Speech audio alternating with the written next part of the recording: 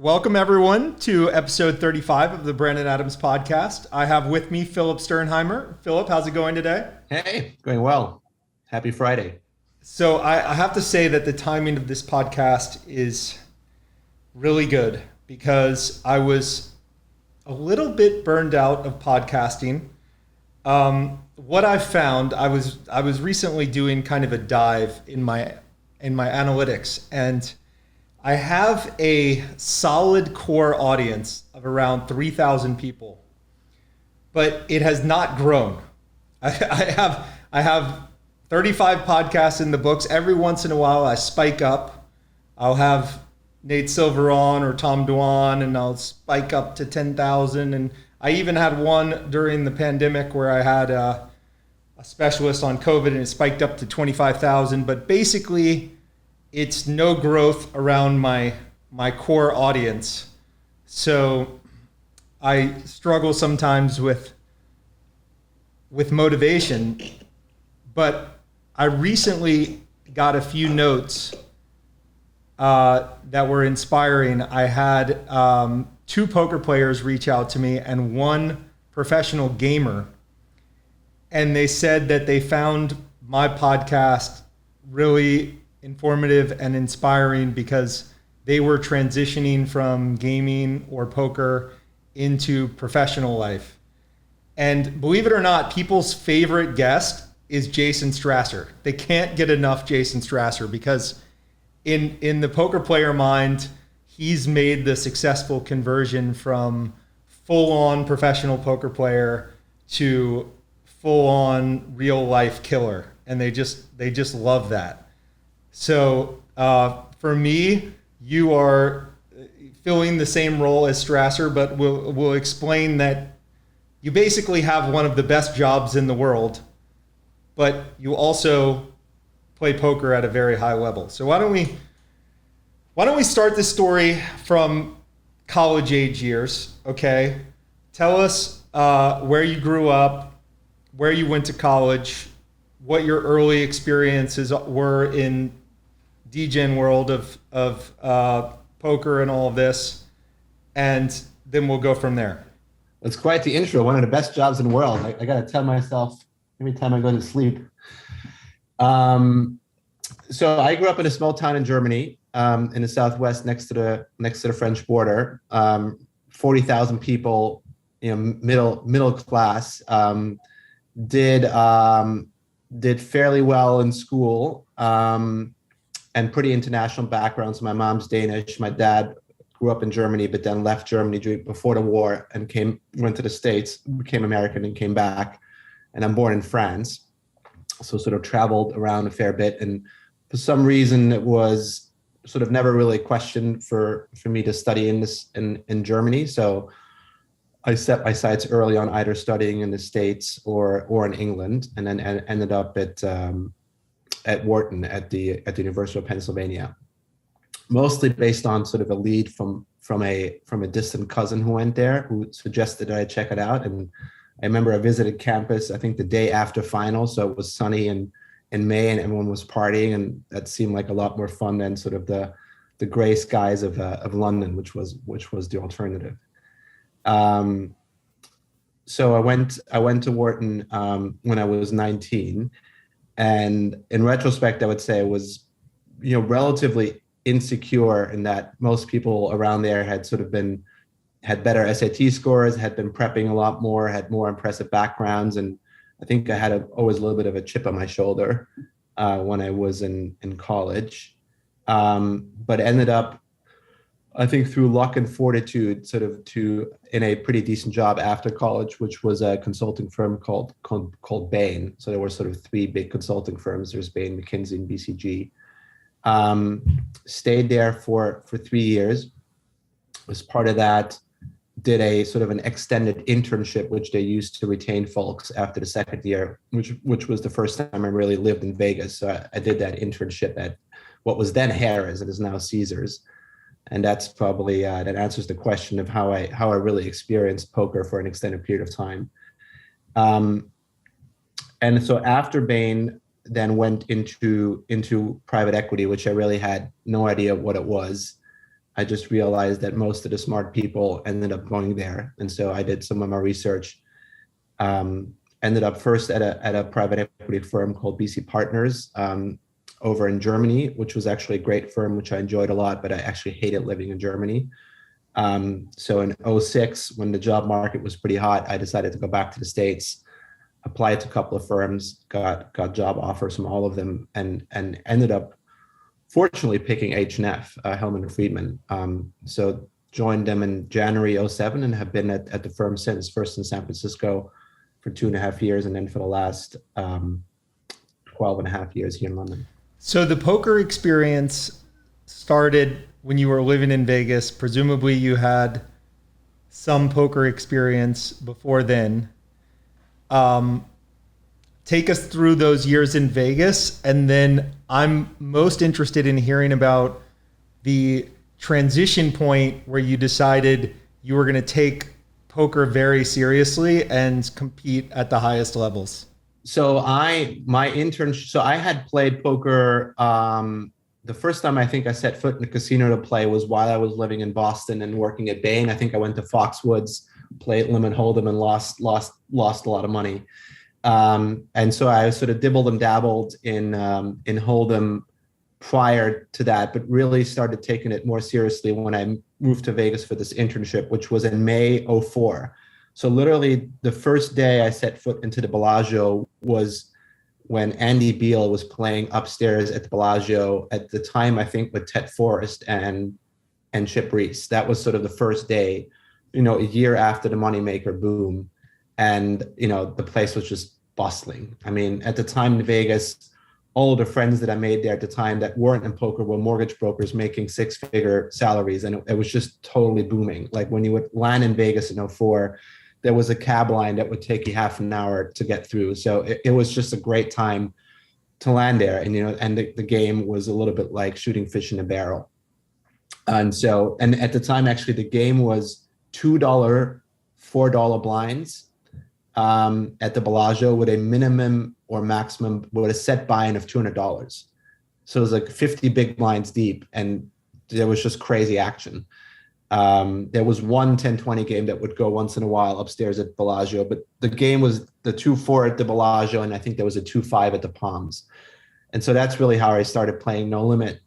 And I think, like many people, just did sort of fairly well on the cash games, not because it was any good, but just because I wasn't as bad as everybody else. And I would say started taking that, moderately seriously. While obviously having a job on the side, was playing a little bit online. I don't think I was terribly good, to be honest. But then in 2013, I was doing fairly well in the high rollers and sort of the EPT 10Ks, whatnot. I was in Vegas for the World Series and played the first 100K one drop, where I think I had an above average chip stack for most of day one and most of day two, and then busted, pretty late day two, was super, super upset, and literally just regged the next tournament that was up, which was a 10-game mixed tournament, and somehow luck boxed that to final table and came third, not having played 3 or 4 of the 10 games before. But that sort of gave me the bug for mixed games. Yeah, that period of 2004, 2005 is a very interesting part of poker history. So the book about the Andy Beal games, The Professor, the Banker, and the Suicide King, as I remember, that's the title, is one of the great poker books. That story was phenomenal. But as you point out, for whatever reason, there weren't big no limit games in Vegas in 2004. The biggest no limit game, regular no limit game, was at the Commerce in all of 2004 and 2005, particularly 2005. But there really weren't like regular big no limit games in Vegas until 2006. But I agree with you that boom time was a very, very fun time to be in Vegas. It hasn't quite been matched yet in terms of like hotel rates and general busyness on the strip. Sometimes don't realize how special it was until later on. Yeah, that was all home equity loan withdrawals. People spending like crazy from their home loans. In retrospect, that's what it seems like anyway. Okay, so you have a good outcome in the mixed tournament. You decide that you're going to make a systematic study of mixed games. What is your immediate path? Well, the path mostly was actually I played more non-no limit hold'em tournaments. I would sort of make an annual pilgrimage to Vegas to play in the World Series for like 10 days. And I played a bunch of non-hold'em tournaments. I would say with overall mixed success. You know, I think I final tabled the PL08 event. I cashed in a couple of the lower 1500 events, but I never did really well in some of the championship events. And I actually kept on playing no limit and PLO cash. It wasn't until I think early 2018 I was in Vegas for like a day, and I was trying to get a game together, and for some reason I ended up then playing a game in Bobby's. I think it was with Angry and Todd Brunson and a couple of other guys, and ended up doing well. Came back that summer of 18 with not a bankroll to play high, but I think played 6 and a 1200, did really well. Took that into the 2000, 4000 game, and did very well that summer. Won like a Aria 25K kind of 8-game 1-day tournament, and then sort of never looked back in the end. In terms of that's sort of the got the taste for competing in mixed games. Realized that was awful at probably many of the games, and have sort of tried to slowly rectify that over the last couple of years, and now primarily play essentially high stakes cash for mixed games. And whenever I have the time, I was just in Vegas for a week to play a couple of no limit tournaments. So this is what I'm interested in. Okay, as a longtime poker player, my friends are in general agreement, my poker friends, that it's very much not fun to talk with others about poker, like others outside of the poker world.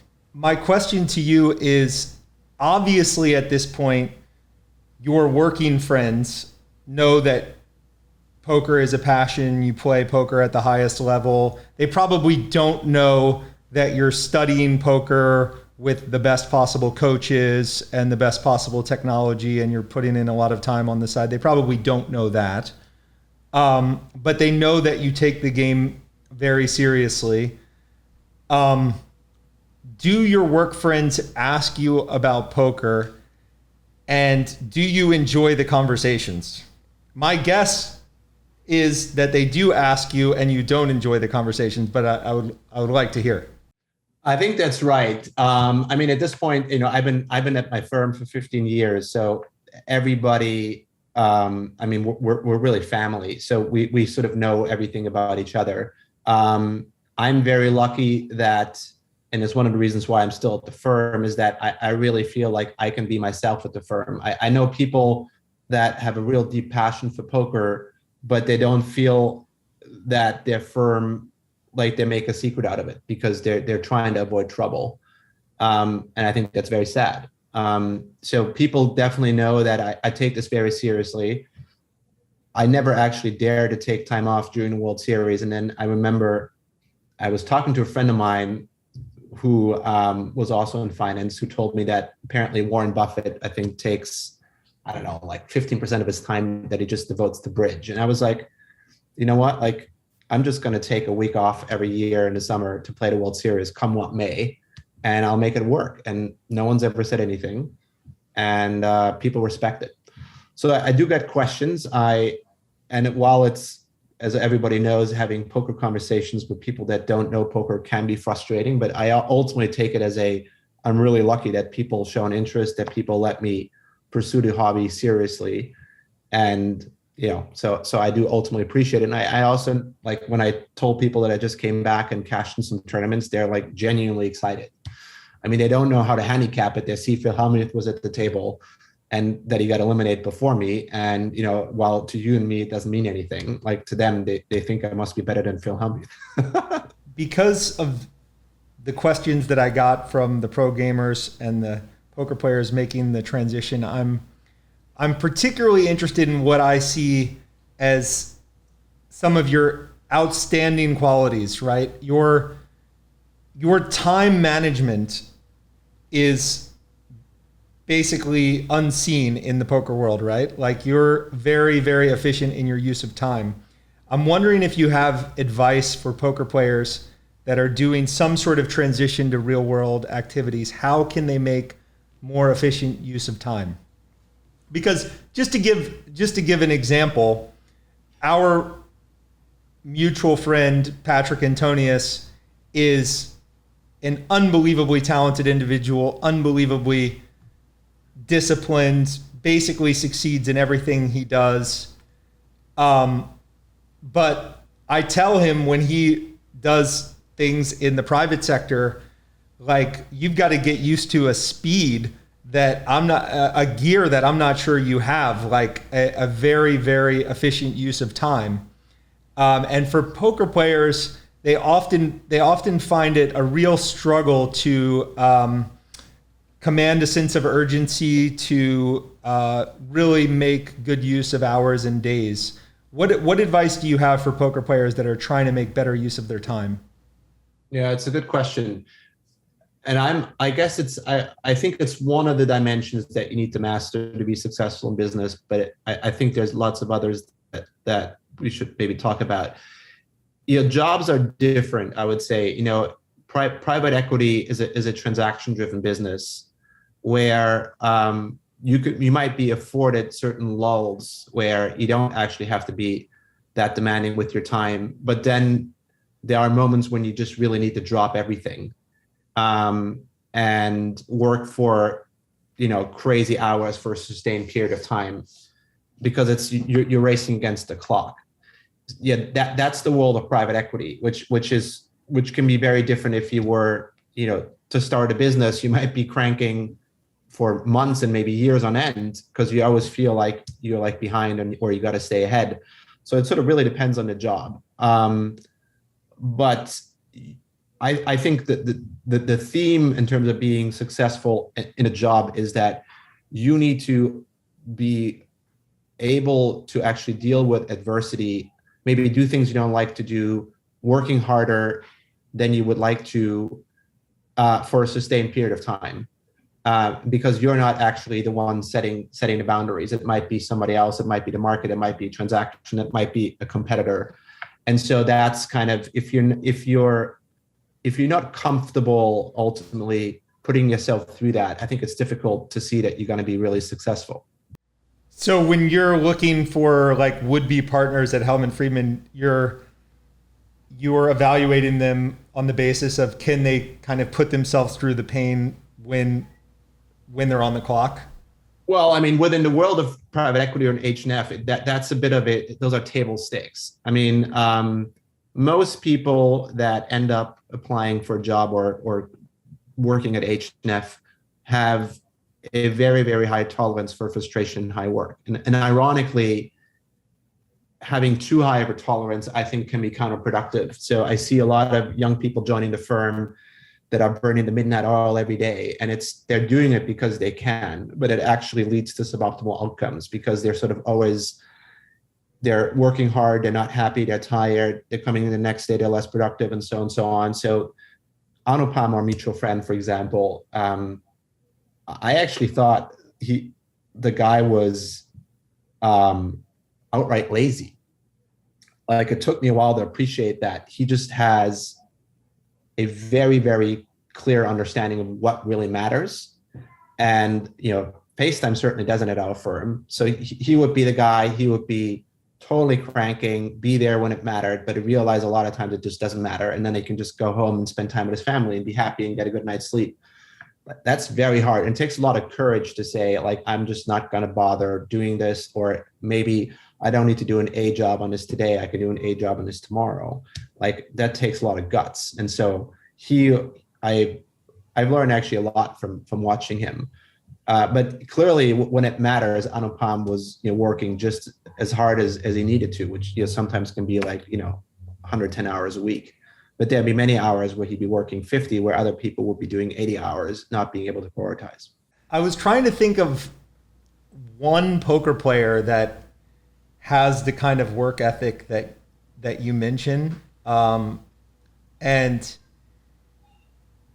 it's hard. It's really hard to think of. I guess the guy that I did PLO coaching with, Corey Mikesel, I would say he has that kind of work ethic, but he prefers studying and coaching to playing. I guess maybe Sauce, when he's in his periods where he's really into it, seems to have that level. I think there's a bunch. I mean, especially the way the study of poker has evolved.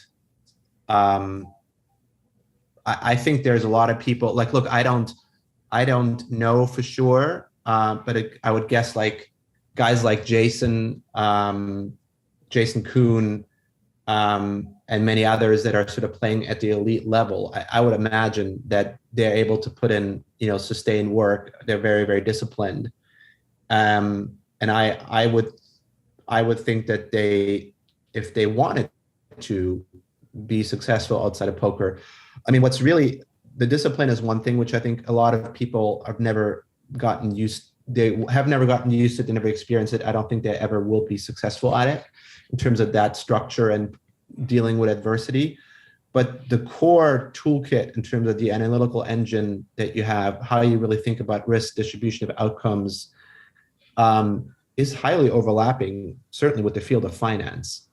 And that doesn't mean you can go to become Jason from one day to the next, but I'm a firm believer that all these things are solvable, and the core CPU is at a level where you could actually compete in the field of finance and the field of business if you actually give it time, which is a tough thing because a lot of people have gotten.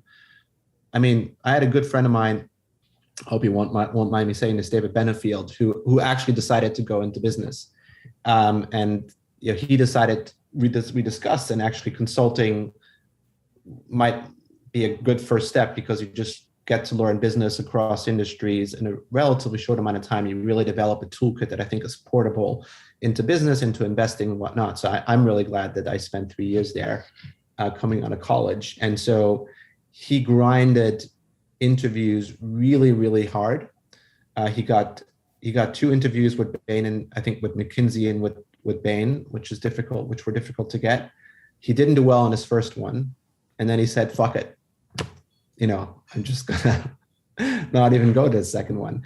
And now he's made so much money in Bitcoin. Like, why would he try to do kind of something else? And I think a lot of people have gotten used to making a lot of money very quickly in crypto. And so the incentive to actually put in sustained hard work to actually learn a craft, I think is pretty muted these days for a lot of people. If you've made so much money in a short amount of time, maybe without investing, the thousands of hours that you or I might have dedicated to a job. Now, on the fitness side, you're extremely, extremely fit. Is that has that always been your lifestyle, or at some point did you just turn that on? No, look, I don't actually. I'm not sure. I'm in that kind of. I guess for 42, maybe. I had a period. I think a lot of fitness is good genes, to be honest. It's. I had a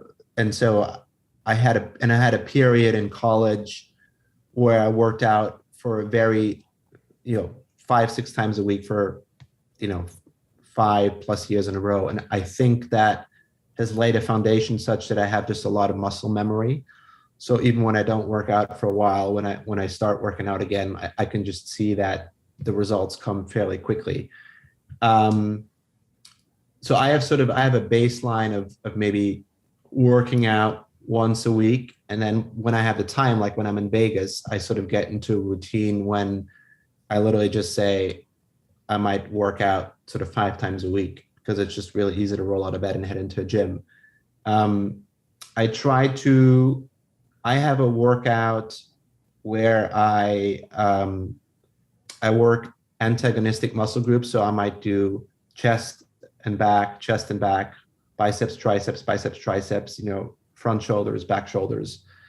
And that allows, I don't take breaks, and you don't need to take breaks because you never really exhaust. You're going from one muscle to the other, which is sort of pretty independent.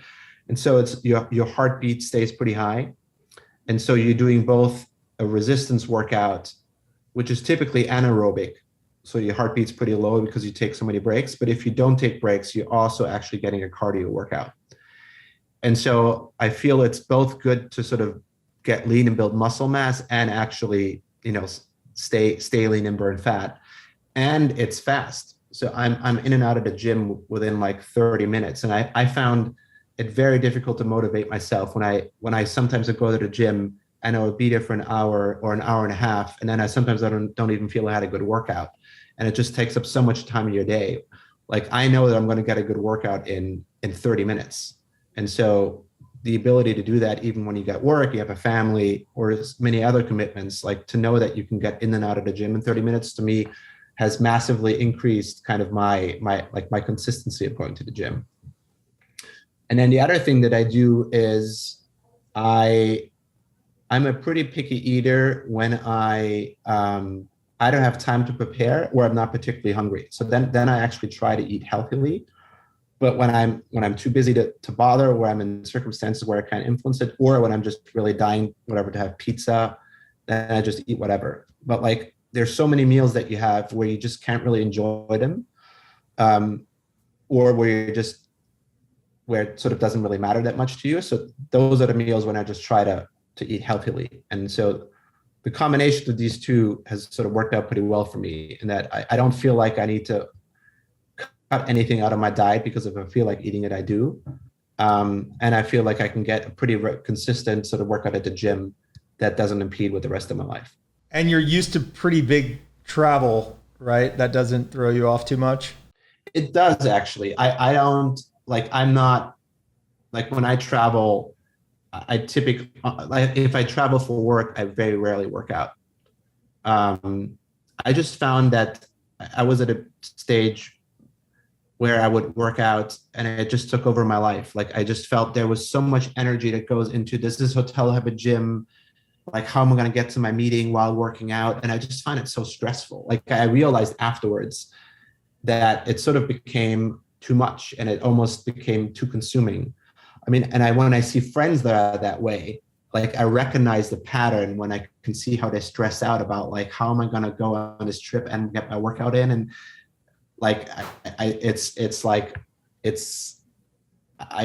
I'm really glad that I'm over that kind of mindset. But for a while, it felt like it almost consumed me to the point where you could even call it an addiction. And I felt I became enslaved to the lifestyle. It created the exact opposite of what I was trying to do, which is to be healthy and relaxed and happy. And instead, I just became stressed out and unhappy. Well, that's the driven personality. So I have some poker questions for you. I wanted to wait a bit before we got into the weeds. Poker question number one. Let's say you have a tremendously talented, driven poker player who's primarily a big bet player. Let's take Jason Kuhn, for example. As far as I know, he focuses on big bet. He plays a lot of no limit, PLO, short deck. Let's say he came to you and he said, Philip, I'm going to devote 300 hours to studying mixed games so I can play at a high level and play in the good cash games that come up or whatever. What study plan would you give him? Would you send him to the tables first, or would you say we need 150 hours looking at simulations and equity calculations, and then 50 hours of play, and then back to pen and paper simulations? How would you advise? Because you've had to make a very efficient use of time in your study, and you've done a very, very good study. Well, I'm really not sure about that. Look, I think I would. I think I would probably get started by actually by playing, and just immersing yourself in a game that way. And I find that the amount of card sense gets you very far in poker. Like I don't think it's a coincidence that people that first get into mixed games or a game they haven't played before don't necessarily do badly, because they pay a lot of attention. They will be really good about hand selection. They a lot of times get underestimated. I find, like, one of the reasons why I was doing well early on is because people like vastly underestimated me, and like they sort of categorize you, you're a total fish in this game, and they just get carried away with sort of trying to get involved in hands with you and whatnot. So I find that first, playing without actually knowing about the theory and just using your natural instincts and card sense, I mean, worked out for me. I don't think it's a bad way to start. I think afterwards, there are mixed games where there are software solutions out there available. And, I think that, you would notice better than I do working with Munker or other solutions. Obviously that's a great way to learn, but I personally found that the discussion around this is more insightful than actually staring at the analysis. So surrounding yourself with someone who's actually willing to discuss with you and coach you and be a sort of a peer to debate, I found to be the most insightful way ultimately to do pattern recognition, in particular because a lot of mixed games don't actually have certainly like a comprehensive software solution to guide you to the answer. I mean, that's probably the case for most of the stud games and also for some of the drawing games. I haven't devoted time to studying the mixed games, but my understanding is that games like Limit 08, some people have adjusted Munker to be able to come up with comprehensive solutions for Limit 08, and so it is possible to learn the game very well just looking at how the computer plays. That's my understanding. I haven't actually done it, but intuitively, I would think that path of studying could be even more profitable than studying computer solutions for big bet, because studying Munker solutions for big bet has the problem that, of course, everyone can easily study pre-flop frequencies and flop frequencies and seek to emulate it, but by the time you get to the river, there are so many possibilities, and it's hard to study even a fraction of possible river situations. And the pre-flop and flop solutions only make sense in the context of the complete solution. Whereas if you were able to see how an AI engine played 08, the river situations would be self-evident just based on the pot odds being offered. So you would rarely make mistakes on the river. And for that reason, I think, like, say, having a comprehensive set of pre-flop solutions would be more valuable in Limit 08 than it would be in PLO. Stud, I would think, could be a little trickier, and you might know better than I do. Have there been Munker type engines that have been applied to, say, Stud 8 and given complete solutions? I don't know the answer to that. I'm not aware of any. I think you can ultimately, when you can isolate certain parameters on Third Street or on Seventh, that's certainly possible. But sort of a more comprehensive solution, I'm not aware of. It is something that it has to be solvable, right? If you can, there's so many more complex problems that have been cracked. I think it's more of a question like getting the resources, time and money to actually devote to it. Um, so it's something I'm interested in, but I'm not aware of anyone having developed a comprehensive solution to stud, which I think is that's the romantic part of mixed games. I find in that you have guys like World, Matt Ashton, Opie, that for a long time I think have been some of the best up-card players in the world, even though they've never looked, at a software tool for that. And that's what I really like about mixed games. Then you have stuff like Badusi, which is a very complex game. I mean, I think there's some carnival games that are just really like toy games and simple, and then you have some that are actually really complicated. Like, I don't think that there will be solved for a while. So what I like about the mixed game kind of community is that it's still not solved. What I like about games like in Bobby's Room is that they are really genuinely open to everyone. Like, we can have a conversation about private games, which I'm clearly not a big supporter of. And what I like about it is that if you have the money and you think you can compete, you can sit down and play with the best in the world. And so I just, for me as a competitor, which is primarily why I play poker, because I love the game. Like, I just think that's a very old school kind of romantic notion of poker that has gotten lost both on the software side with No Limit, and also a lot of these big No Limit and PLO games that have now moved to the private sphere. Very much against private games, especially any form of private game that's held outside of a casino. But I found it interesting in Bobby's Room a few years ago. There were some very big 08 games that happened where they just played high stakes 08. You might have participated. It was super high stakes, like 5K, 10K. That was the worst session of my life, yeah. 5K, 10K was the sizing, right?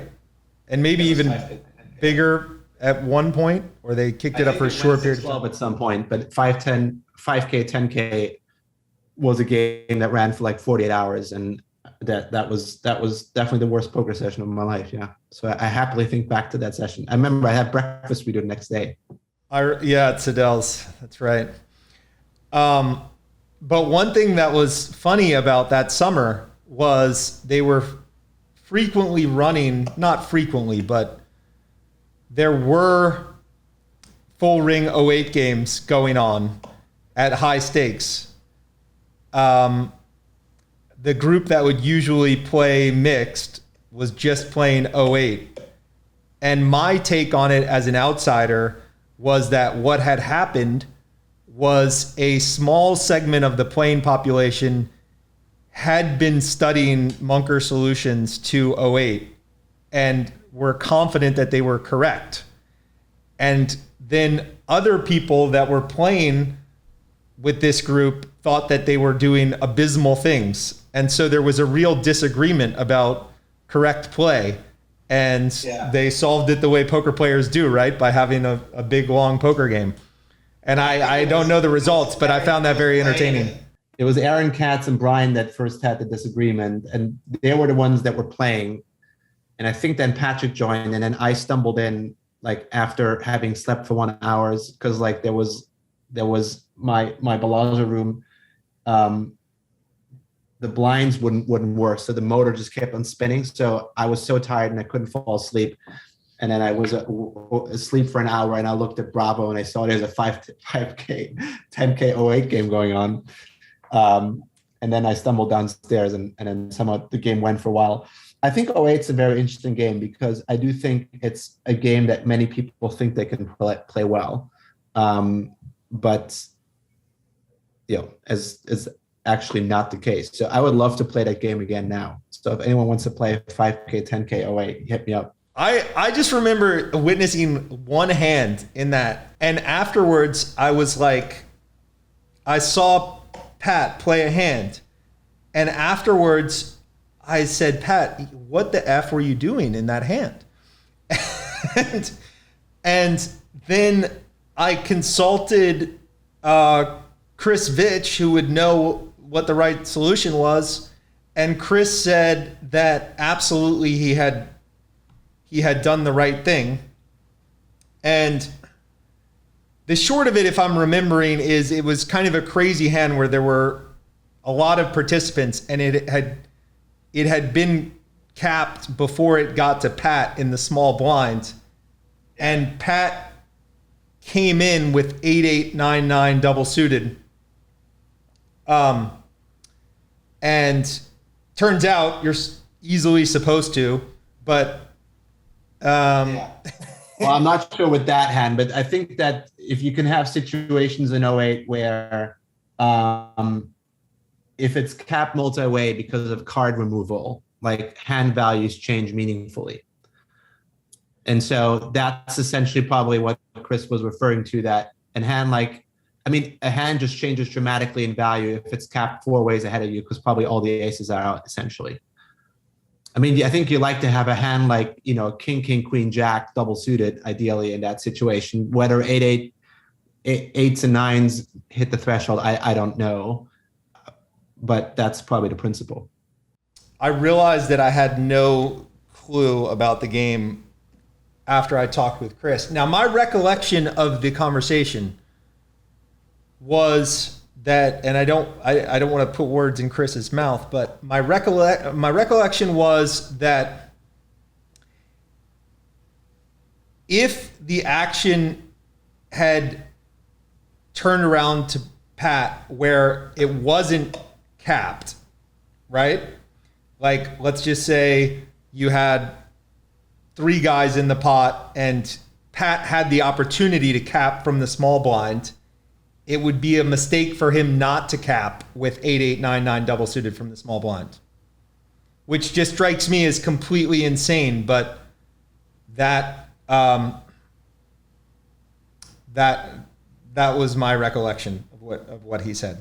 And in general, I think we can say that the Munker solutions in 08 are absolutely insane by the standards of the way people played 10 years ago. Like, very, very aggressive. Very, very few people play as aggressive as a solver. That's probably true for other games as well. And there are a lot of things that I think are very intuitive, and there are some things that are initially very counterintuitive, but once you kind of work your way through, kind of become apparent to be pretty rational. I would imagine, I'm a total no limit fish. That's similar with no limit, right? Not true, but I think that if the best 08 player in the world from 10 years ago were given the Munker solution, I think they would be quite shocked, right? But it's testament to how good people like Ivy and Pat were 10, 15 years ago, that Pat just sort of did play the hand correctly when most people would not have played correctly in that spot. And he learned from people like Ivy, who just sort of somehow figured out on their own the correct way to play these mixed games. Now, from what you've seen of the mixed game universe, and I don't want you throwing anyone under the bus by not choosing them, but you can choose 3 people to back in mixed games. And let's just say you can be assured that they're going to play their A game. So you're not eliminating people based on bad life management skills. Who are your top 3 players? Who do you want to back in Bobby's room mixed?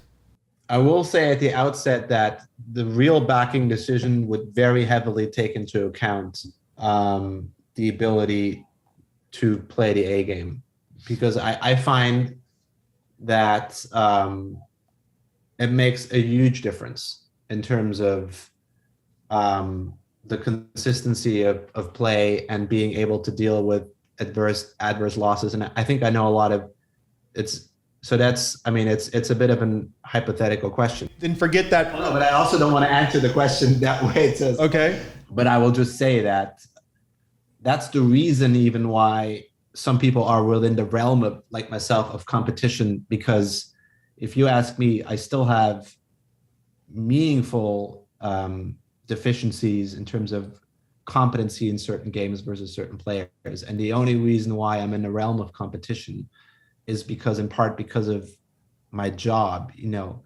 Where I do well is around discipline, game selection, not playing tired, not deviating as much from my quote unquote best game. And so if it wasn't for that, like I think it'll be a very different situation. And I know a lot of very talented players, as I'm sure in other game forms as well, that have a great A game and that are losers in this game. So are you going to give us three names, or would you rather not? I would say Matt Ashton is great. Now, when you said Matt Ashton has never looked at a solver, that is not my impression of Matt Ashton. I don't know him very well. No, I don't.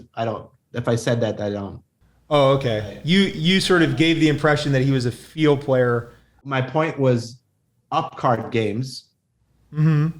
He's a very good stud player. So is Johnny World. So is Opie. And I'm saying that even though there are no solvers that exist or that they have worked with, they have been consistently at the top of these games. So Matt Ashton is one that you would back.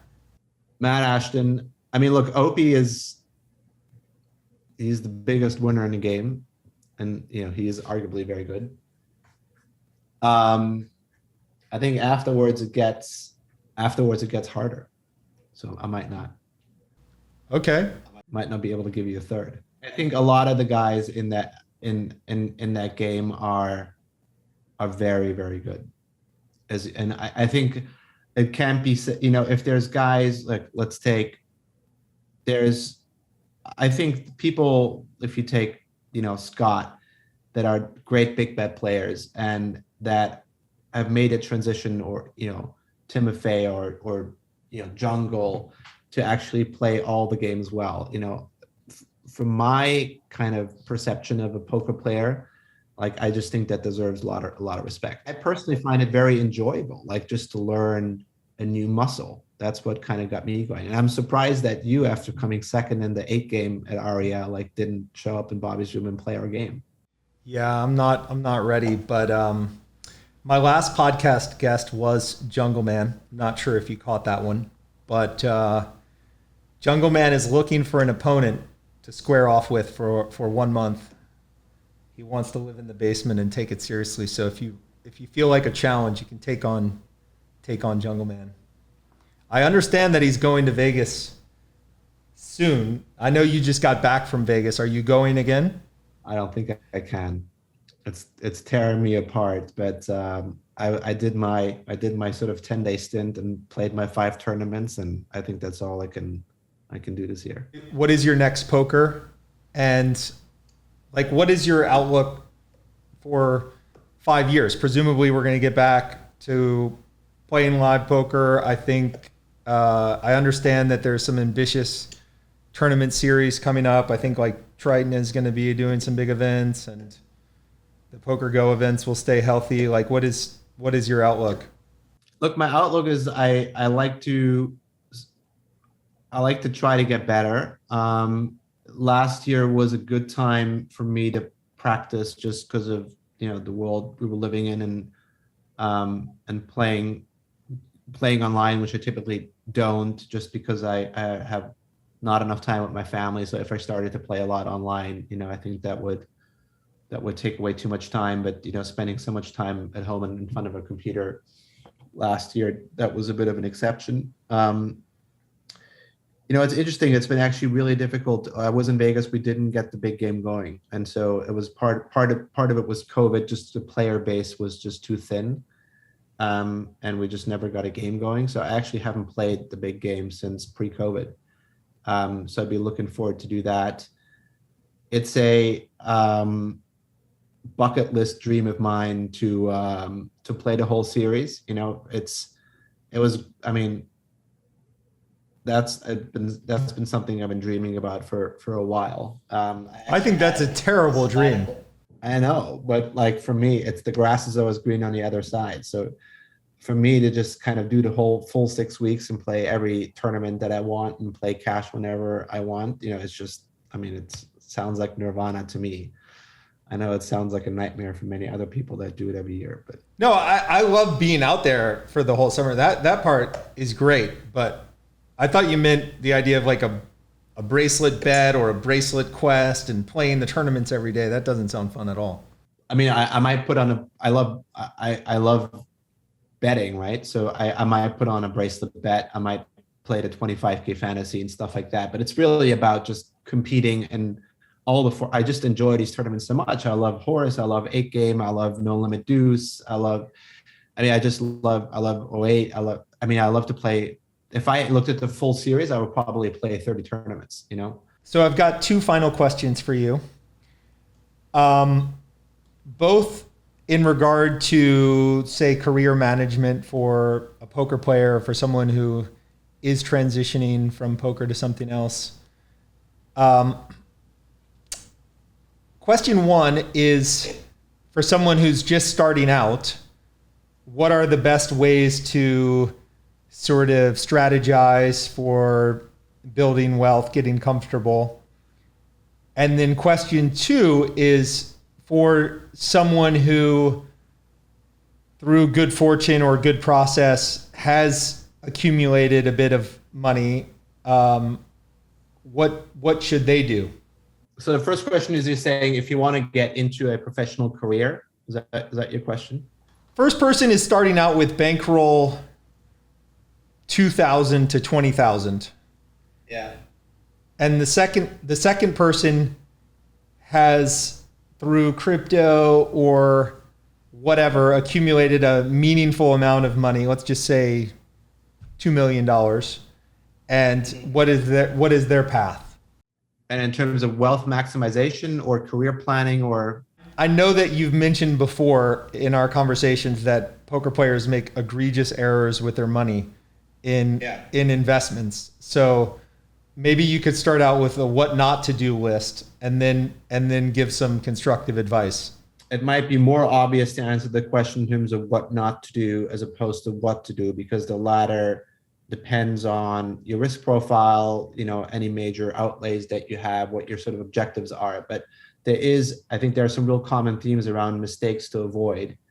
Probably the number one mistake I've seen many poker players make is to invest in individual early stage businesses that are being brought to them. I think first of all, you have sort of meaningful adverse selection bias. I think if a business is looking for funding from poker players, as that's probably not a good sign, and that means they're probably maxed out or weren't able to get money through other avenues. So you're probably already fishing in the wrong pond. The second thing is that most of these kind of investments are certainly illiquid, which I think should be your arch enemy as a poker player, where your bankroll is your working capital. And then third, they just have a very high, like by nature being early stage, are just you have very high variance and a very wide range of outcomes. Fourth, I would say the ability for a poker player to really actually assess like an investment opportunity in terms of, is this a good business and is this fairly valued, is effectively non-existent. So you're really like at the mercy of luck. And as a consequence, I've seen many people burn like a significant portion of their bankroll investing in a business that's sort of seemingly sounded okay, but they really actually don't have just the tools to actually assess, like, what are the real chances of sustainable success? And even if you came to the conclusion it was a fair business, is it fairly valued?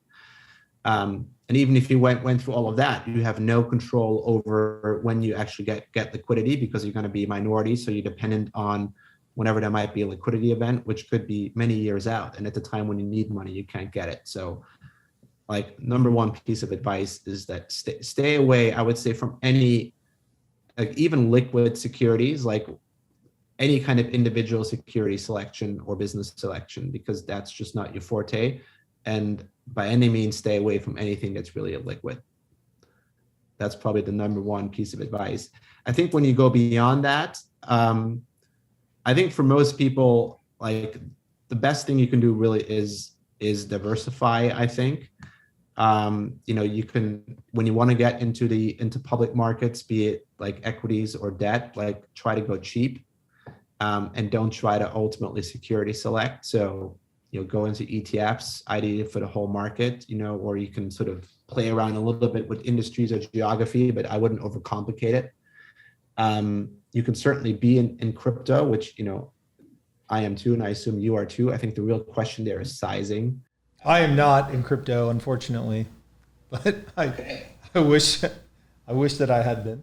Well, I think the best advice I've got on crypto was we had a guy come in, Wences Casares, who was, I think the founder of Xapo, was on the board of PayPal, who came in, gave us a bull argument on Bitcoin and said, put 5% of your liquid net assets or 1% of your net worth into Bitcoin and never touch it again. And if we had done that, or if I had done that, that would have worked out pretty well.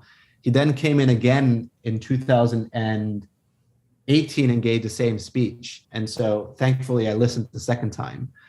But, my advice to people that don't spend a lot of time on Bitcoin, so I'm certainly not the expert, is put a certain percentage of your net worth or liquid assets in there that you're willing to lose, and then literally just forget about it. Don't check on the daily news. Don't sort of trade in and out when it goes up or down, and just consider it to be sort of a VC type bet with a positive expectation, but don't essentially spend all of your free time on following, your trading or following sort of the news on it.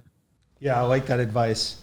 Now, with regard to private investments, one thing that I've noticed is that a firm like yours just sees so many hundreds of opportunities for each one that they do. I guess private equity is not really something that a poker player could access, but if you said a venture capital firm, a successful venture capital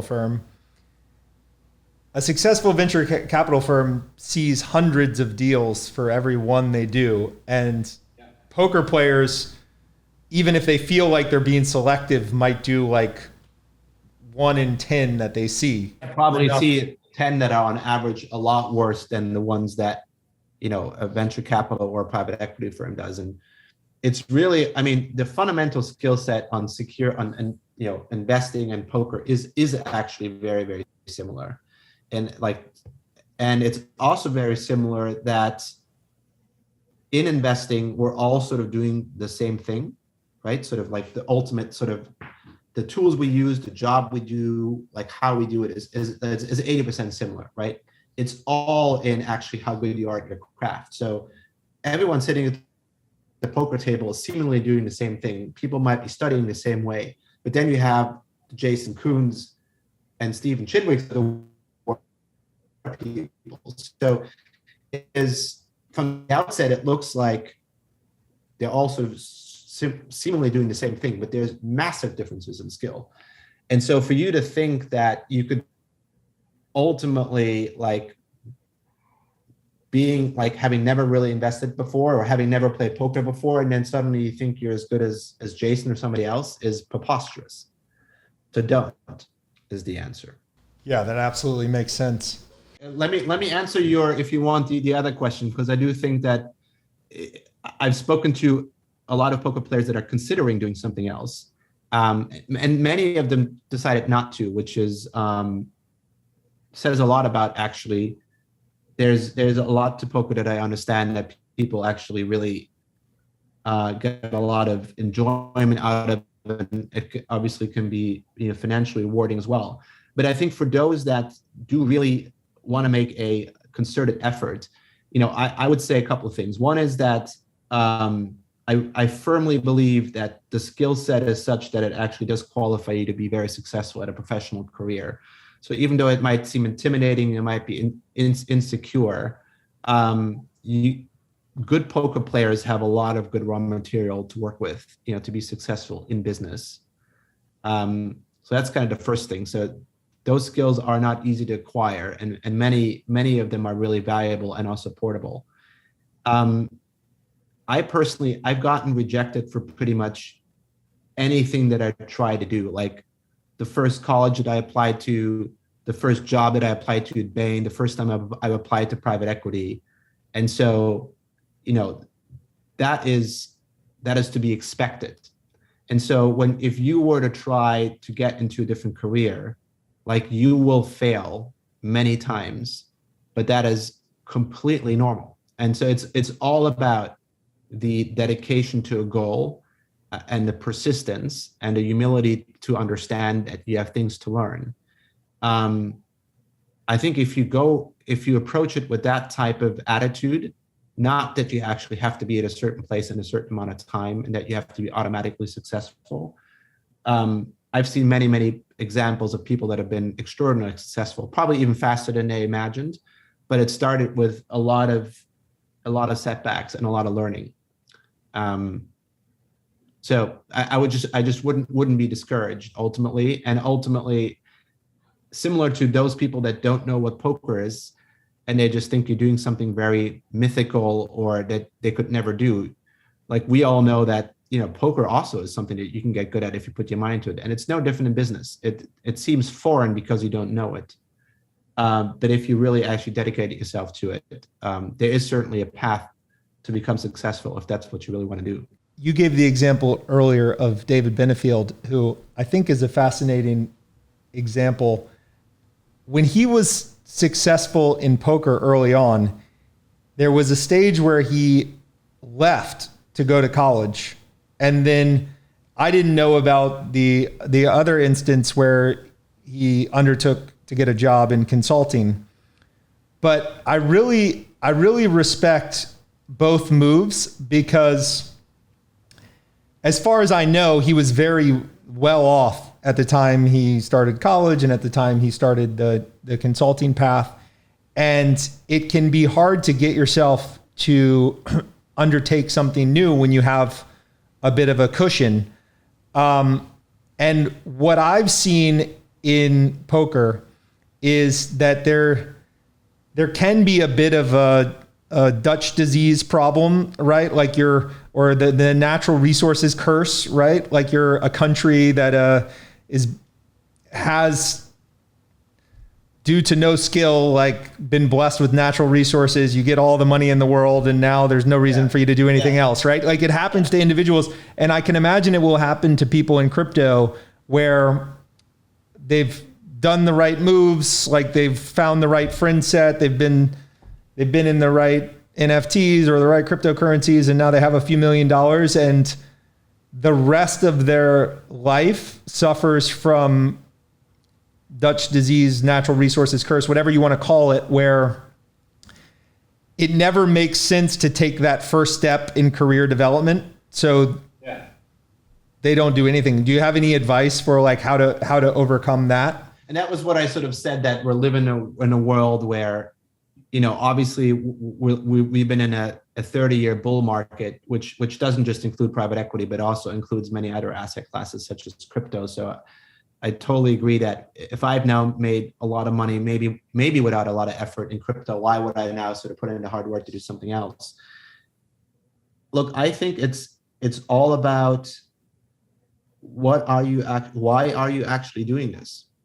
And so if it's solely for the accumulation of wealth, I think that's a very different sort of mindset. I think ultimately, people that are really successful at many things don't do it to get rich. That's not an objective in itself. That's an outcome.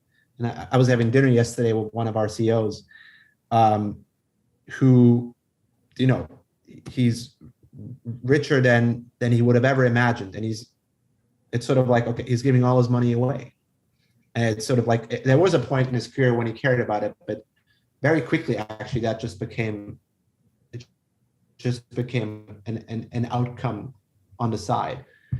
I think ultimately, for me, business is I've realized, for me, and I think for many other people, we are much more a product of our environment than we maybe want to admit to ourselves. I mean, it starts with like the person who you are is probably 80 to 90% based on your relationship to your parents.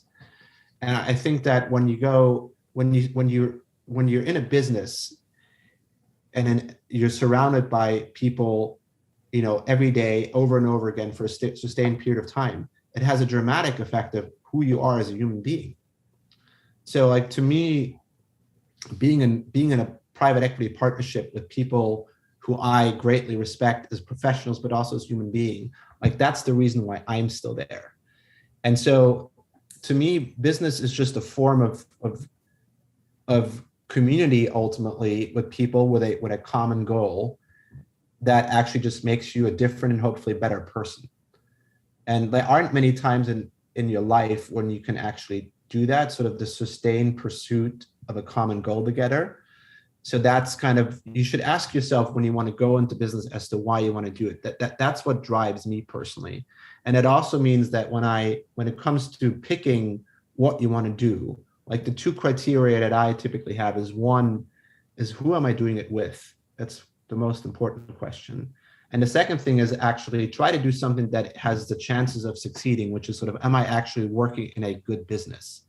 Because like you can spend a lot of time working towards a goal that likely isn't going to get you anywhere, which is very frustrating. So ideally you want to win. And so that's, ask yourself just, am I working on something that has a reasonable chance of being successful?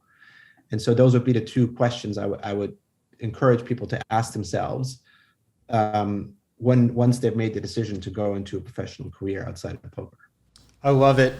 Well, thanks so much for the time. Give everyone your Twitter handle. I know you're not on Twitter very often, but maybe you can join in on the conversation when this pod releases. It's at the Mannheim. I think I've made 3 posts in 10 years. Thanks so much. Take care, Brandon.